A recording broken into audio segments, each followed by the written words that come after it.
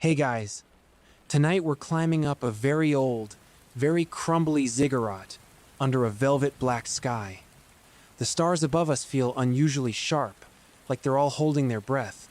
Below, the flickering oil lamps of ancient Babylon cast just enough light for you to see the narrow stairway that spirals upward. You're part of a strange and secretive crew tonight, the temple astrologer's tasked with reading the signs in the heavens. But it's not for fun or enlightenment. If the moon disappears at the wrong moment, someone, somewhere, might lose their head. You're surrounded by men in linen robes, their beards oiled and faces stern. They're clutching clay tablets like spreadsheets from the gods. Every few steps, someone stops and mutters a prayer in Akkadian, eyes fixed on the horizon. One guy hiccups nervously. Maybe it's just nerves. Maybe he's the one who predicted tonight's eclipse. And if he got it wrong, well, you probably won't survive this either.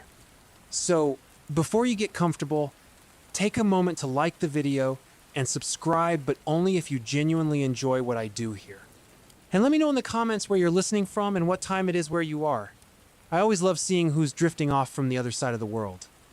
Now, dim the lights, maybe turn on a fan for that soft background hum, and let's ease into tonight's journey together. You reach the top of the ziggurat just as the wind picks up, stirring your tunic like a whisper from the gods. The view is stunning flat-roofed houses scattered in geometric patterns across the city, the Euphrates glinting like a lazy serpent in the distance. But no one's here to admire the architecture. You kneel beside a senior priest, his eyes scanning the sky as if it owes him money. "It should begin any moment," he mutters, handing you a wax tablet inscribed with barely legible cuneiform. You can't read a word, but that's fine. Your job isn't to understand.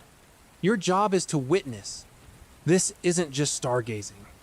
In Babylon, the moon wasn't a rock floating in space, it was a divine being, part of a whole soap opera of gods, each with their own neuroses and temper tantrums. When an eclipse happened, it meant someone up there was angry. The moon might be under attack, or the sun might be plotting something shady. Either way, it had real consequences for those down here, especially kings. You shift uncomfortably on the cold stone. The priest next to you sighs. "You see it yet?" he asks. You squint, and then yes. A subtle shadow begins creeping across the moon's surface. The change is slow but deliberate, like ink bleeding into silk. A murmur rises among the others. Someone behind you begins to chant. The priest hisses, "Not yet!" and the chanting stops like a slammed door. Historians still argue whether these priest astronomers genuinely believed the gods were angry, or whether they just really enjoyed having this much power. What's certain is that people listened. These weren't your neighborhood star sign enthusiasts. These guys could predict lunar events with creepy accuracy centuries before telescopes. It's rumored they could even estimate the outcome of a battle based on where Venus was last Tuesday. Tonight, though, it's all about the moon. It's not supposed to be vanishing, and certainly not during the third hour of this particular night in this particular month. The last time this happened, a royal advisor vanished. Retired, they said, as in retired from breathing. The air thickens with incense, not the good kind either. This smells like burnt onions and something vaguely sulfurous. It's supposed to keep the evil spirits away.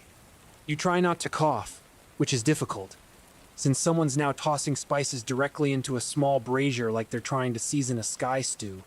The moon is halfway gone now. Nobody speaks. Even the hiccup guy seems paralyzed. And then it happens.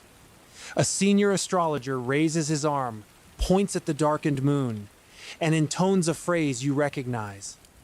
Shumelu Shakin, the omen has fallen. It's official. Someone down here is in deep celestial trouble. From a rooftop below, a bell clangs once, then twice. More lights blink on. You hear doors slamming open. Somewhere, a scribe is sprinting down a hallway to alert the palace. You glance at the priest beside you. He looks pleased, not terrified pleased, because now his tablet means something. His prediction was right. He'll probably get a bonus sheep. Maybe even a new assistant. You, perhaps? Still, the fact remains. An eclipse like this isn't good news. You've just watched the sky condemn someone. Later, when the moon starts to return and the shadow slinks away, the chanting resumes this time at full volume. There's drumming, shouting, even someone banging a metal plate. It's not a celebration. They're trying to scare off whatever demon or godling they believe just tried to swallow the moon. You rise slowly, legs numb, and begin the long climb down. But tonight's just getting started. Below, the ritual team is already preparing a throne for someone who won't sit on it long.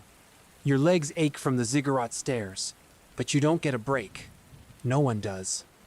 As you follow the procession of priests and scribes back into the temple courtyard, the eclipse's meaning begins to ripple outward like the Euphrates after a stone's thrown in. You overhear snippets of nervous conversation. Someone mentions the king's astrologer is already drafting a report. Another mutters something about omens from the south wall, always bad news.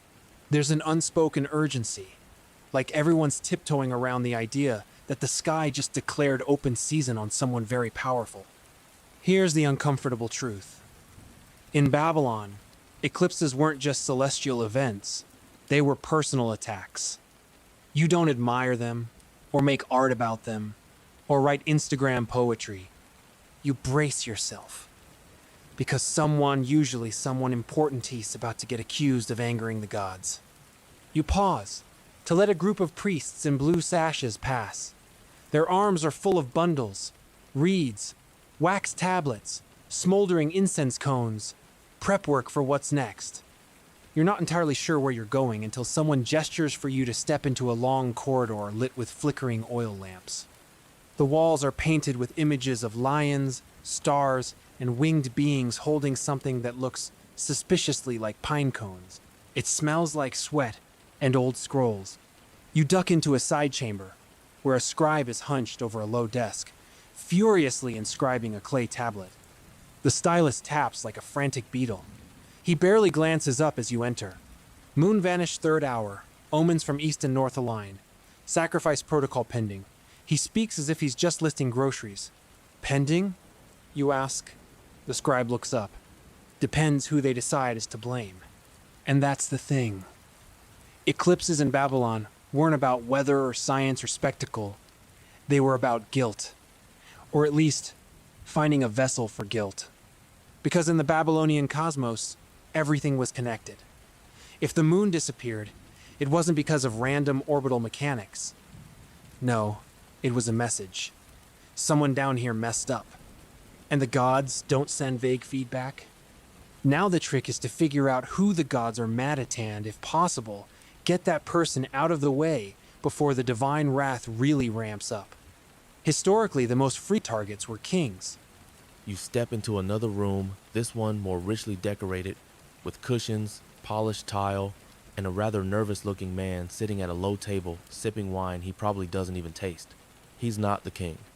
But he's close. Maybe a brother, maybe a royal scribe, maybe just someone in the palace unlucky enough to have advisory on his resume. He sees you, gestures for you to sit. You saw it? He asks. You nod. The moon went dark. He closes his eyes. Then it's him, the king. The gods want blood. You blink. Or maybe it's just an astronomical phenomenon. He chuckles. Sure, and crocodiles make excellent house pets. Historians still argue whether Babylonians truly believed eclipses were godly judgments, or whether these rituals were elaborate political theater. But here's a fun fringe tidbit. In some temple records, there's evidence that different regions had slightly different interpretations. In Uruk, an eclipse might mean disease. In Sippar, political upheaval. In Babylon, almost always royal death. So now, the palace scrambles. You're told that within the hour, the high priest will recommend that the king isolate himself, just in case. Maybe even stop eating or speaking to anyone, just until the gods cool down. Because if they don't, well, there's a plan for that too, but you'll get to it soon. For now, you're ushered back into the temple courtyard. People are forming a line court, astrologers, scribes, even some merchants from the outer districts. They all want to see the tablets, not because they doubt the eclipse happened, but because they want to know how closely it aligns with known omens. You watch as a priest rolls out a long clay tablet etched with hundreds of tiny, precise lines. It's like a recipe book for disaster. If the moon is swallowed from the west on the second hour, and Jupiter is not visible, then the king will die by arrow. Lovely. Another. If the moon vanishes on a cloudy night and a dog howls in the northern quarter, plague will come to the city. Great. Now you'll be listening for dogs? As the scholars debate, one younger priest leans in to whisper, "You know, sometimes it's not the eclipse itself that gets you, it's how people react. Panic kills more than prophecy." He's not wrong. Rumors are already rippling across the city. A butcher down by the canal closed early. A midwife refuses to deliver babies until the moon forgives us. People are hanging amulets in their doorways. The tavern near the south gate is handing out free barley beer to help the gods smile again. You're led to an upper gallery where the chief scribe is reviewing reports. "We'll need to verify that the moon disappeared exactly as predicted," he says. "Otherwise the omen is invalid." "Wait, invalid?" "Yes," he continues. "If the timing was off by even a fraction of a watch period, we might have just scared everyone over nothing." That's how precise this system is. Babylonian eclipse watching wasn't just spiritual, it was administrative. If a priest reported an eclipse at the wrong time, they could be fined, or worse. Some sources suggest repeat mistakes meant reassignment to unpleasant duties, like cleaning latrines or inscribing tax ledgers for grain shipments, for life. You wonder how many careers have ended over a cloud bank arriving 2 minutes too early. Outside, the moon is full again, bright and smug, as if nothing happened. But down here, you feel the weight of every shadow that passed across it. Someone's fate just shifted. You, meanwhile, might have to learn a lot more about celestial calendars and quickly. Tomorrow, they'll need fresh predictions. The gods are always watching. So are the astrologers. And if either group gets annoyed, well, let's just say no one wants to be next. The next morning, the city of Babylon feels like it's collectively holding its breath. You step out into the soft light of dawn, and for a moment it's easy to pretend nothing happened. But then you notice, the market is quieter than usual. The priest chanting seems more intense. Even the pigeons are acting like they've read the omen tablets. You're summoned again. This time, to the temple of Nabu, god of wisdom, writing, and celestial bookkeeping. Yes, bookkeeping. Because in Babylon, the heavens don't just glow, they're audited.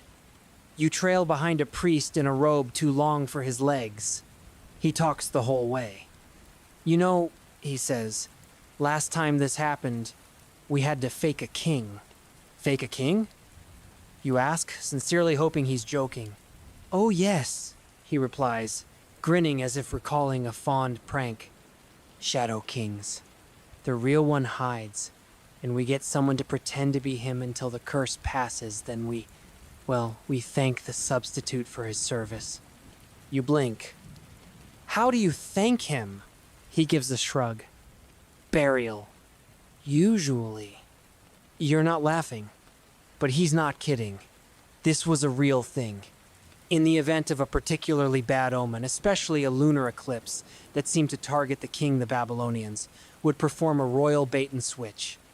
The true king would disappear into a safe, secluded location, and a stand-in would be dressed in royal robes, placed on the throne, and treated with exaggerated honor. For a few days, he'd be the most respected man in the city. Then, once the danger was deemed over, let's just say his service ended. Historians still debate whether these substitute kings knew what they were signing up for. Some think they were prisoners or slaves, coerced into the role. Others argue they may have been volunteers, perhaps thinking the gods might show mercy. A very optimistic strategy, if you ask me.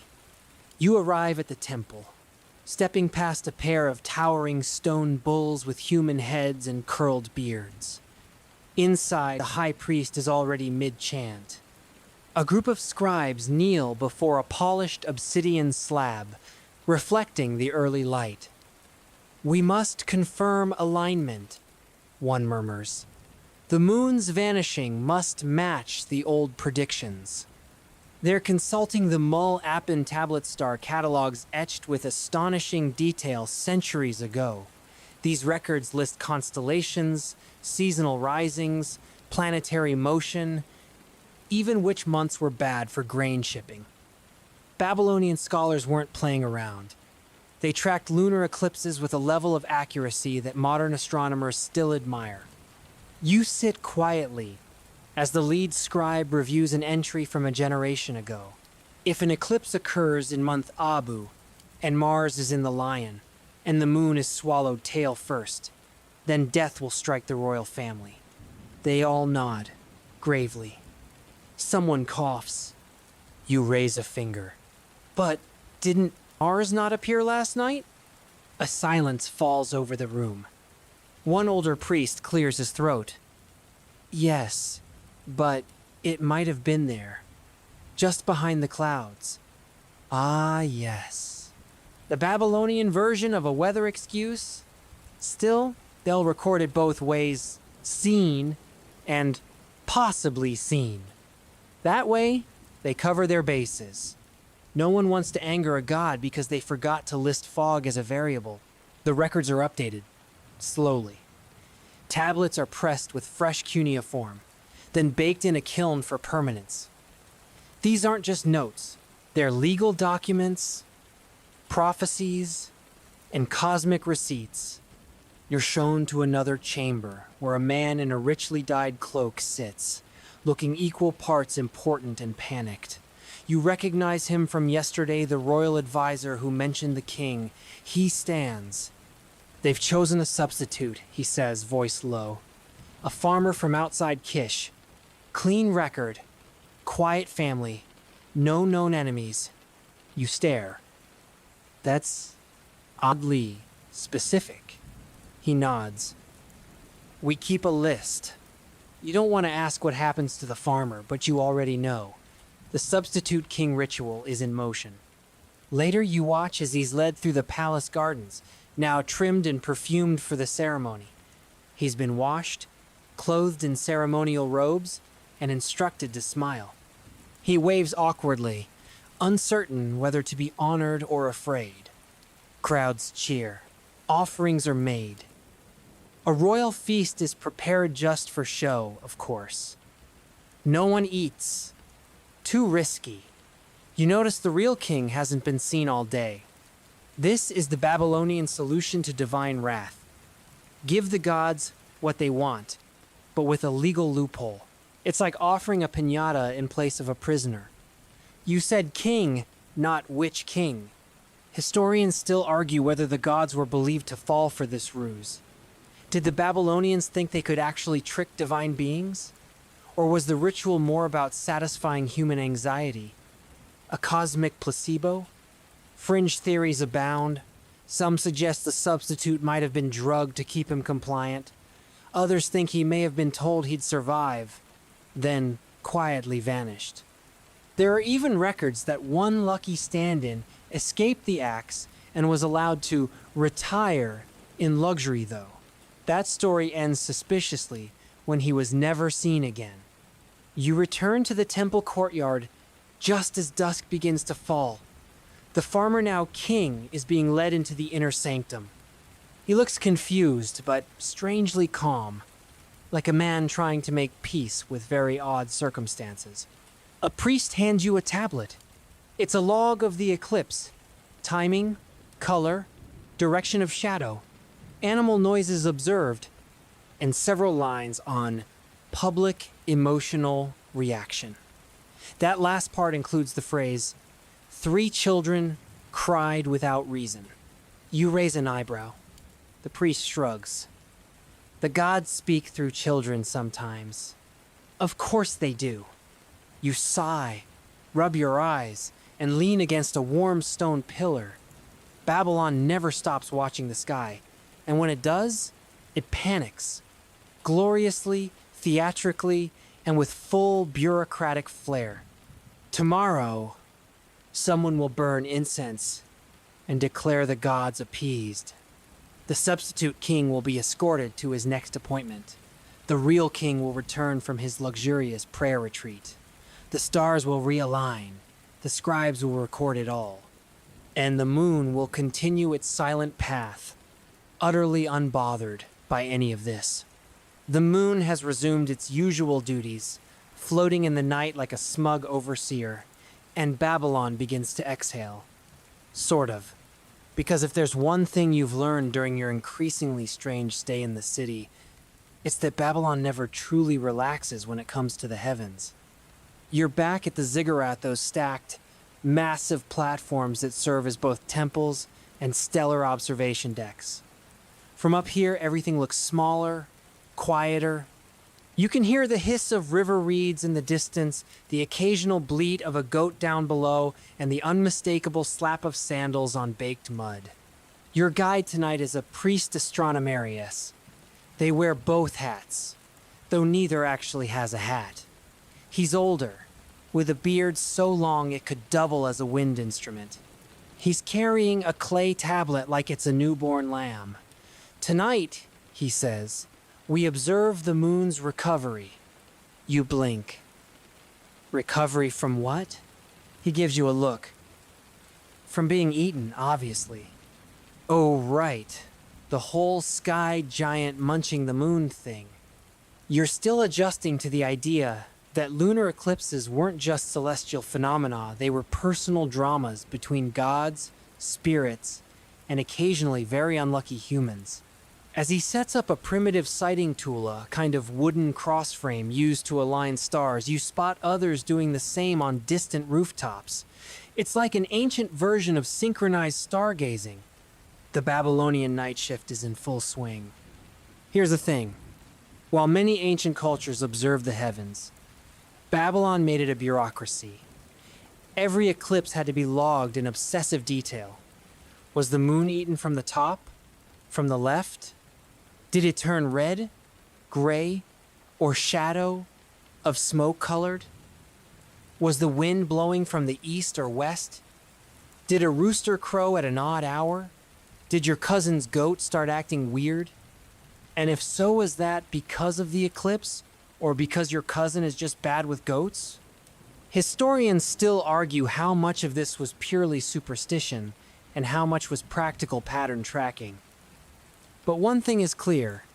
The Babylonians believed in omens like accountants believe in spreadsheets. You're handed a stylus. It's dull and heavy, and you're instructed to press symbols into a small slab of wet clay. Trial entry, the priest says. Just describe what you see. You write, moon is round again. No visible bites. Still glowing.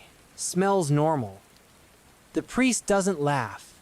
He reads it like it might actually be useful. You realize this is deadly serious business. Even your joking tone is now part of the historical record. The priest nods. You've missed wind direction. And whether any frogs sang. You glance around. I don't think they did. He looks disappointed. Down below, a runner arrives with fresh news. Someone in the western quarter claims to have seen a second moon. Everyone tenses. A second moon, you ask? It's usually a wine problem, the priest says. Or mushrooms. You all pause. Then he sighs and makes a note. Reported double moon west quarter source. Unreliable. Still, someone is dispatched to investigate. Because even if the source is a drunk baker named Kuduru who thinks his donkey is a reincarnated god, they must follow up. Welcome to Babylonian quality control. As the night deepens, you hear more snippets of their thinking. They divide the sky into zones north, south, east, west, and assign omen meanings based on where an eclipse begins. If the shadow starts in the west, the king might be in danger. If it starts in the north, maybe an enemy army is approaching. If it's from the south, perhaps famine looms. The rules are maddeningly specific. One priest mutters, an eclipse from the west with reddish tint and owl cries Means we need to sacrifice 4 goats and 1 singer. You blink. A singer? Not a good one, he assures you. The gods are picky. Fringe scholars have long wondered if this system emerged from legitimate astronomical observation or just sheer creative panic. Some of the omen tablets go back nearly 1,000 years before your current visit. These weren't just passing guesses, they were the foundation for state policy. In fact, every eclipse report went into the Royal Archive, which influenced military, agricultural, and legal decisions. If the omens were bad, the army stayed home. If the omens were really bad, the king postponed royal weddings, because no one wants their anniversary haunted by sky portents. You climb another level of the ziggurat, stepping over a sleepy guard who clearly took his own omen as nap now. At the top, the stars are glorious. Saturn is twinkling off to the east. You try to imagine what the priests must have thought of that odd, slow-moving star. Some said Saturn was a symbol of judgment. Others thought it was a divine scribe. Still others suspected it was a bad mood waiting to happen.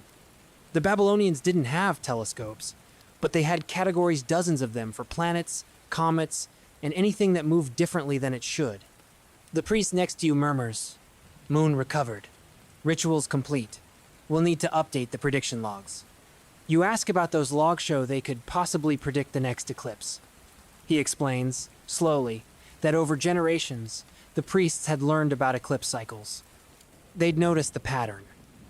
Roughly every 18 years, similar eclipses repeat. Today, we call this the Saros cycle. But the Babylonians had no word for it, just an uncanny knack for long-term memory. They knew that the moon had rules, and they intended to find every single one. And when they did, they baked those rules into clay, and then they made more rules about those rules, because Babylon loved systems more than sleep. You lean on the stone railing and close your eyes. Somewhere behind you, someone is still mumbling about the frogs. The sky above is clear. The moon is round. No monsters tonight. Still, just to be safe, they'll keep watching. Every night, every detail. Just in case one god forgets the rules.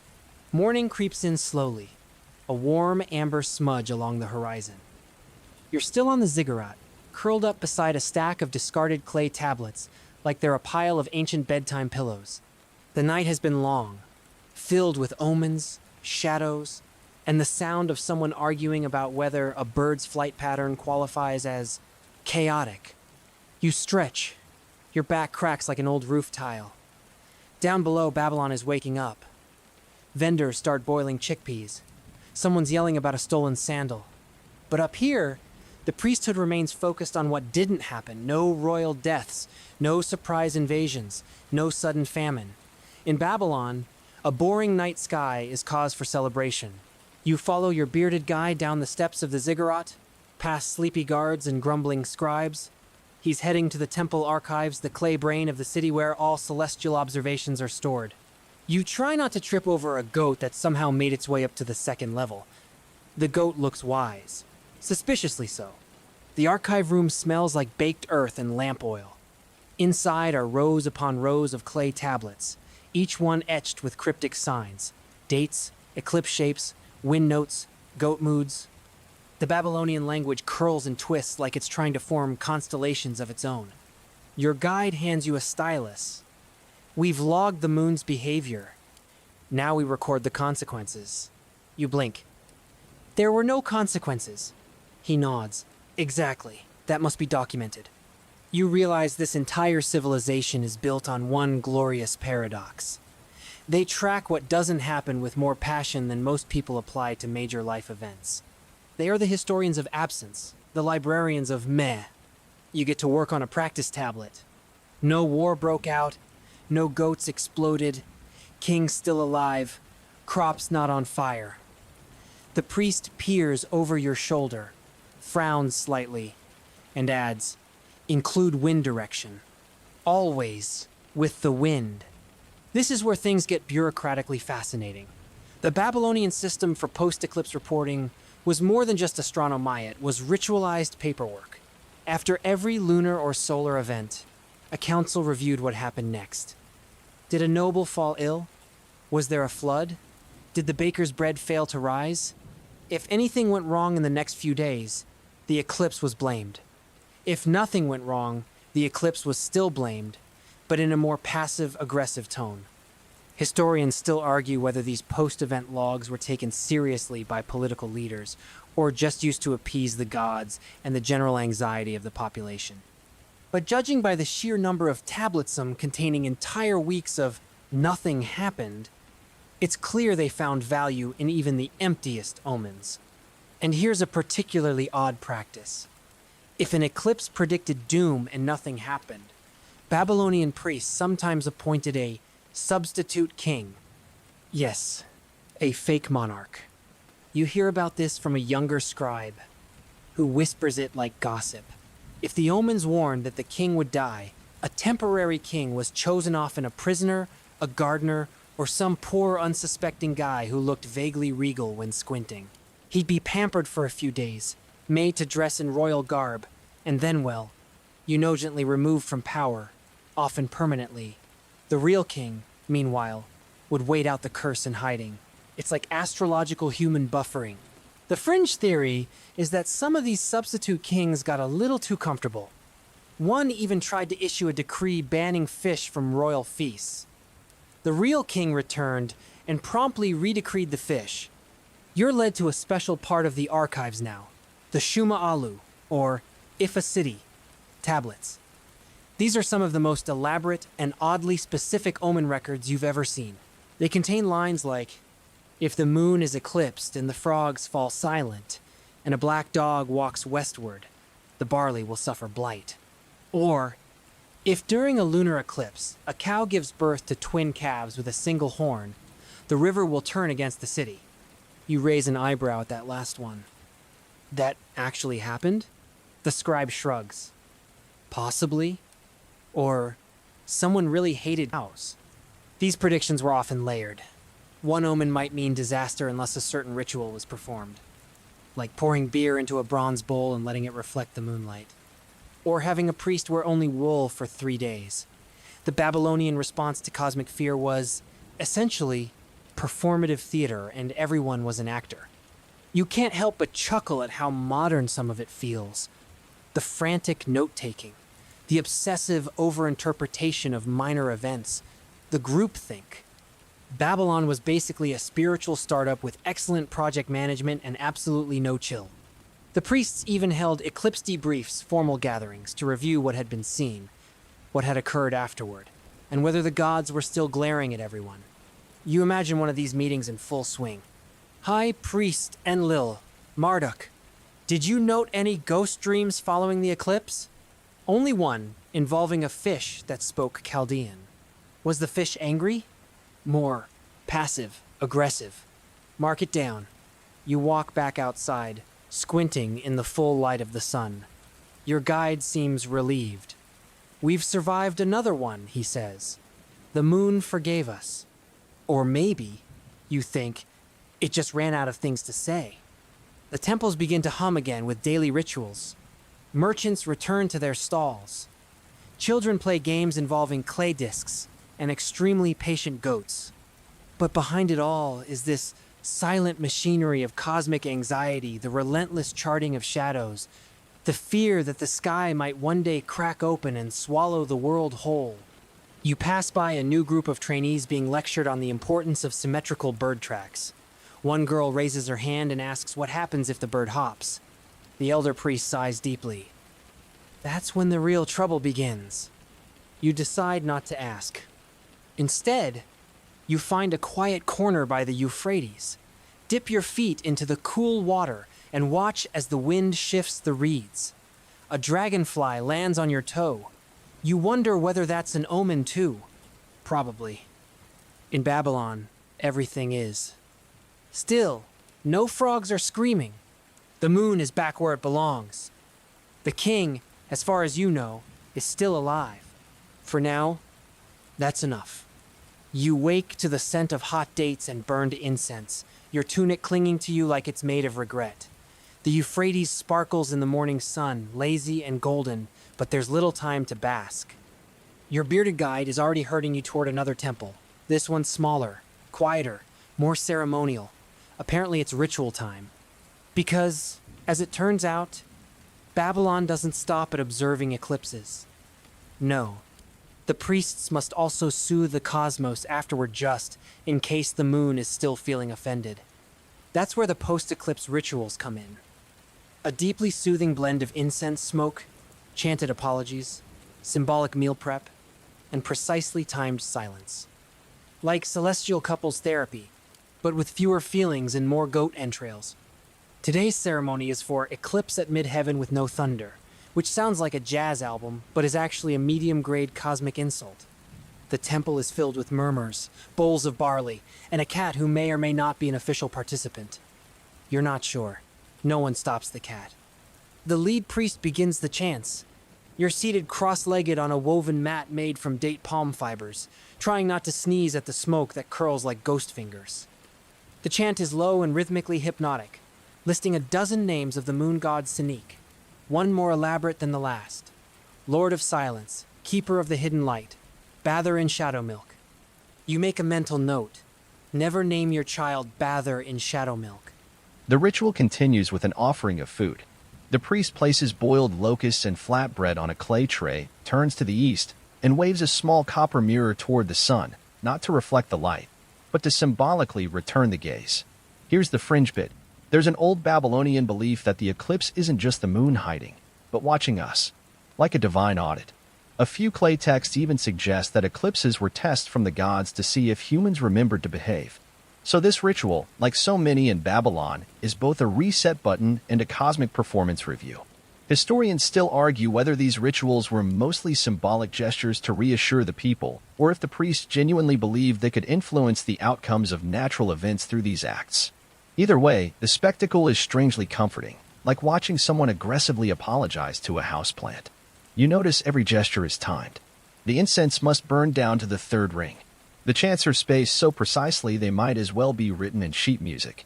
One priest stirs water in a bronze basin with a reed stalk while muttering invocations. You're told this represents agitation of the divine current. You nod solemnly, though it mostly looks like soup prep. Suddenly, there's silence. It lasts for exactly 40 heartbeats. The city noise outside falls away. Even the goats seem to pause. Then the final prayer is whispered, not shouted, a hush meant to mirror the fading of the moon's shadow. The priest ends with, "Let the light resume, and our steps be counted true." You let out a breath you didn't realize you were holding. The ritual is over. Later, while sipping diluted date wine in a shaded courtyard, your guide explains that not all rituals were so refined. Sometimes, he says, we just yell at the sky until we feel better. He's not kidding. Some eclipse responses involved symbolic shouting or smashing jars labeled with enemy names. The idea was to divert bad energy, break the omen before the omen breaks you. You're told about a particularly rowdy example, a ritual where participants danced in a circle around a clay model of the moon while singing a rather aggressive lullaby to it. The lullaby, translated loosely, says, "Go back to sleep, or we'll cry louder." Apparently, the moon did not cry back. Then there are the food offerings. Some temples offered elaborate eclipse meals not for people, but for the gods. A tablet from Sapar describes a banquet laid out after a full eclipse: roasted lamb, honey cakes, sesame wine, and a small pot of lentils for the moon's peace of mind. You wonder what happens if the moon is gluten intolerant. But seriously, there's a strange kind of hospitality to all this. The Babylonians didn't just fear the heavens, they hosted them. Every ritual, every chant, every bowl of barley was part of a celestial courtesy. You insult the sky, you apologize with snacks. It's an oddly touching worldview, if you think about it. You walk through the temple garden, where palm trees sway in rhythm with the heat. A priestess is carefully burying a handful of ash from the incense burner. She tells you that burying the ash ensures the prayer stays within the earth and doesn't blow away into forgetfulness. You ask if that's an official rule. No, she says, but I like the idea. And here's another curious layer. Not all these rituals were public. Some were secret, known only to elite priestly circles.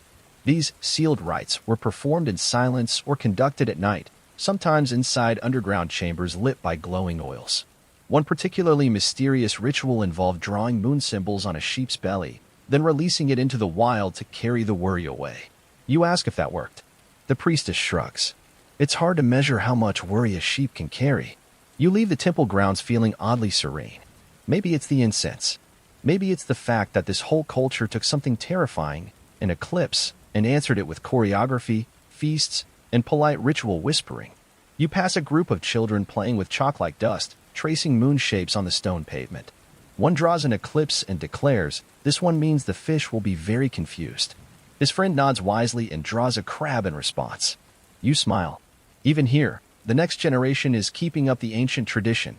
Make meaning out of shadow, offer snacks to the sky, and always, always remember to whisper the last line, just in case the moon's still listening. You wake again, though it's not clear when you fell asleep, on a rooftop cooled by clay tiles and shaded by date palms. Below, the city hums with that soft early evening energy. Vendors closing up shop, donkeys grumbling through alleyways, and somewhere, a flute playing a melody that's been looping for what feels like 3 hours. You're beginning to understand Babylonian time isn't so much measured as vibed. Today, you're headed to a place you haven't visited yet, the scriptorium of a minor temple, where younger scribes are trained. Think of it as the ancient world's community college, but with more reed pens and fewer parking issues. The senior scribe greets you with ink-stained fingers and the dry tone of a man who's read far too many omens. His job? Train a fresh batch of boys to copy down eclipse reports exactly, in cuneiform, onto slippery slabs of wet clay. It's tedious work, and the mood in the room is exactly what you'd expect from a bunch of teenagers forced to write moon dark. Direction: northwest. Omen: moderate goat disturbance 200 times a day. One of them sighs, scratches his nose with a stylus, and mutters, "If the moon wants to eat the sun, let it." He gets a flick on the ear from the instructor. But these boys aren't just mindless scribes, they're also learning a complex system of cosmic forecasting. Because Babylonian eclipse watching wasn't just ritual and theater, it was science, too, in its own dusty, rule-bound way. This is where things get technical, and oddly beautiful. The Babylonians used something called the Saros cycle, a pattern of approximately 18 years, 11 days, and 8 hours between eclipses that look eerily similar. They didn't call it that, of course. Their version was less tidy, more intuitive, grounded in the rhythms of their own celestial calendars. They tracked lunar months obsessively, built tables with staggering detail, and developed predictive tools that modern astronomers still marvel at. Historians still argue whether the average temple scribe actually understood the math, or if they were just following recipes handed down from higher-up stargazers. Either way, the result was stunning. Babylonians could forecast eclipses with a precision unmatched for centuries. You peek at a cracked tablet on the table. The clay is still damp. Someone's just copied today's star chart onto it. You squint at the markings, a series of triangles, notations about the watch points, and a curious drawing of a snake. Your guide leans over. "That one means the moon might argue with the stars tonight." You ask if that's a metaphor. He shakes his head, completely serious. Then there's the visual coding. Scribes use different shapes and wedge angles to indicate eclipse strength, direction, and even its potential vibe. One sign means a political figure might fall from power. Another suggests trouble in the wetlands. A third, and this is your favorite, implies fish will appear in unexpected places. You'd be amazed how often that one shows up. In fact, every possible eclipse outcome had to be recorded in advance in a book of omens. These books, called Enuma Anu and Lil, were part celestial diary, part cosmic threat list. They listed things like, if an eclipse begins in the east and ends in the west, the king's grain will rot. If the moon is hidden and dogs howl, famine will come. If a red ring forms around the sun, the enemy's donkey will give birth to a lion. You reread that last one. The scribe nods solemnly. That one's metaphorical. Probably. And this is the thing. Babylon wasn't just watching eclipses, it was interpreting them through a wildly specific, symbolic lens. You'd think something as objective as the moon blocking the sun would be straightforward. But to the Babylonians, every angle, duration, and shadow pattern could mean something different. It was like reading the sky with a paranoid imagination. Some historians think this was a clever way to maintain priestly power, control the narrative, and you control the people.